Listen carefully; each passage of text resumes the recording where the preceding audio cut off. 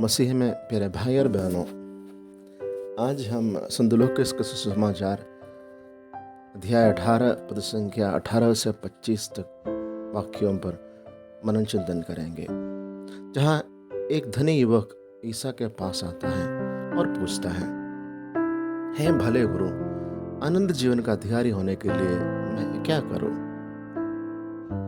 ईसा ने उसे आज्ञाओं का पालन करने के लिए कहते हैं। उस युवक उत्तर देता है कि वह पहले से ही इसका पालन कर रहा है। तब ईसा कहते हैं, अब भी तुझ में एक बात की कमी है। अपने सारी संपत्ति बेचकर गरीबों को दो और तू स्वर्ग में धन पाएगा और आकर मेरा अनुसरण कर। लेकिन वो युवक बहुत धनवान था और उदास होकर चला गया। इस सुसमाचार पाठ हमें संपत्ति, त्याग और सच्चे शिष्यत्व के बारे में चिंतन करने के लिए आमंत्रित करते हैं। संत पापा जॉन पॉल द्वितीय ने हमें समझाया कि सच्ची संपत्ति केवल भौतिक चीजों में नहीं, बल्कि परमेश्वर के साथ संबंध और प्रेम में निहित होती है। उन्होंने कहा कि यह धनी युवक अपनी संपत्ति के प्रति इतना अधिक आसक्त था कि वह मसीह के बुलावे को पूरी तरह स्वीकार नहीं कर सका। संत अगस्टिन कहते हैं कि सांसारिक धन हमें आत्मिक रूप से कमजोर बना देता है, क्योंकि यह हमें परमेश्वर की कृपा पर निर्भर होने से रोक सकता है। तो हमें किस प्रकार धन का उपयोग करना चाहिए? प्रत्येक ईसाई को अपने संसाधनों को एक उत्तरदायी प्रबंधक की तरह प्रयोग करना चाहिए, न कि केवल अपने व्यक्तिगत लाभ के लिए। ईसा ने धनी युवक से कहा कि वह अपनी सारी संपत्ति बेचकर गरीबों को दो और उसके बाद उनका अनुसरण करे।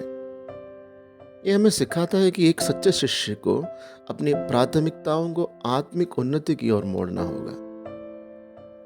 ईसा का एक कथन कि धनवान का स्वर्ग राज्य में प्रवेश करना कठिन है, संत पापा फ्रांसिस द्वारा बार बार दोहराया गया है।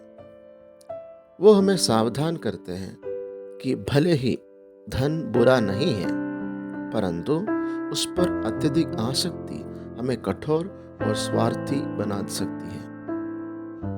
संत जॉन क्रिसोस्टम ने भी अमीरों को चेतावनी दी थी कि वे अपने धन का उपयोग दूसरों की भलाई के लिए करें, अन्यथा यह उनके आत्मिक पतन का कारण बन सकता है। जब शिष्यों ने ईसा से पूछा, तो कौन बच सकता है?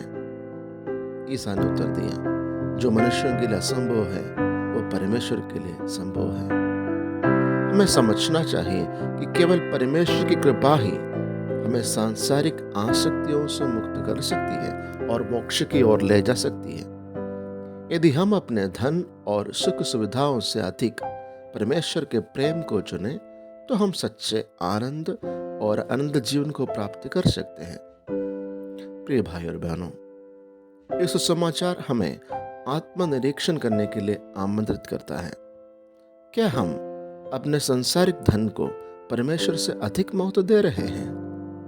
क्या हम जरूरतमंदों की सहायता के लिए अपना हृदय खोल रहे हैं? ईसा हमें बुलाते हैं कि हम अपने जीवन को एक नई दिशा दें, ऐसी दिशा जो प्रेम, दानशीलता और परमेश्वर के प्रति पूर्ण समर्पण से भरी हो। जैसा कि संत पापा फ्रांसिस कहते हैं, हमारी जिंदगी इस दुनिया की चीजों की दासी ना बने, बल्कि हम ईसा के साथ प्रेम, न्याय और शांति में राज करें।